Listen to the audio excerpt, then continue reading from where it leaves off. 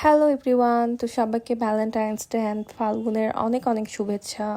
সকাল থেকে মুন্না বাসায় ছিল না, তো আমি ওকে বলছিলাম ফোন দিয়ে যে তুমি আমাকে ফুলও দিলা না। ও আমাকে বলল যে ফুল আমি তোমাকে পরে দিব। পরে ও আসলো বিকেলের দিকে, দেন আমরা বের হলাম 4টার দিকে। সে ফ্লাওয়ার বুকেটা সকালে বানাতে দিয়েছিল, আর আমি এদিকে ভাবছিলাম যে আমাকে ফুলও দিল না। আমাদের বের হওয়ার প্ল্যান ছিল, বাট আমার আজকে কেন যেন বের হতে একদমই ইচ্ছা করছিল না। তো ও অনেক জোর করলো, যার কারণে বের হওয়া। অ্যান্ড ও চাচ্ছিল বগুড়া যেতে। আমার কোনোভাবেই এনার্জি হয় না যে জাস্ট একটু খাওয়ার জন্য বগুড়াতে যাব। তো আমি ওকে বললাম যে আমার একদমই যেতে ইচ্ছা করতেছে না।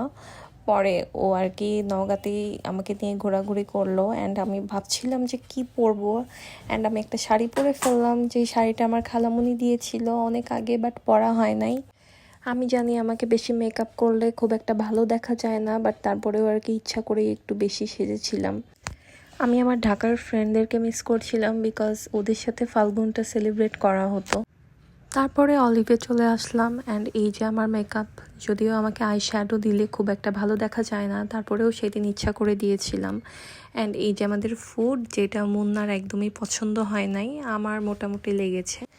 খাওয়া দাওয়া শেষ করে বাসায় চলে আসলাম, তারপরে একটু আব্বুর কাছে গিয়েছিলাম। অ্যান্ড আমি অনেক tired. That's all for today. Good bye.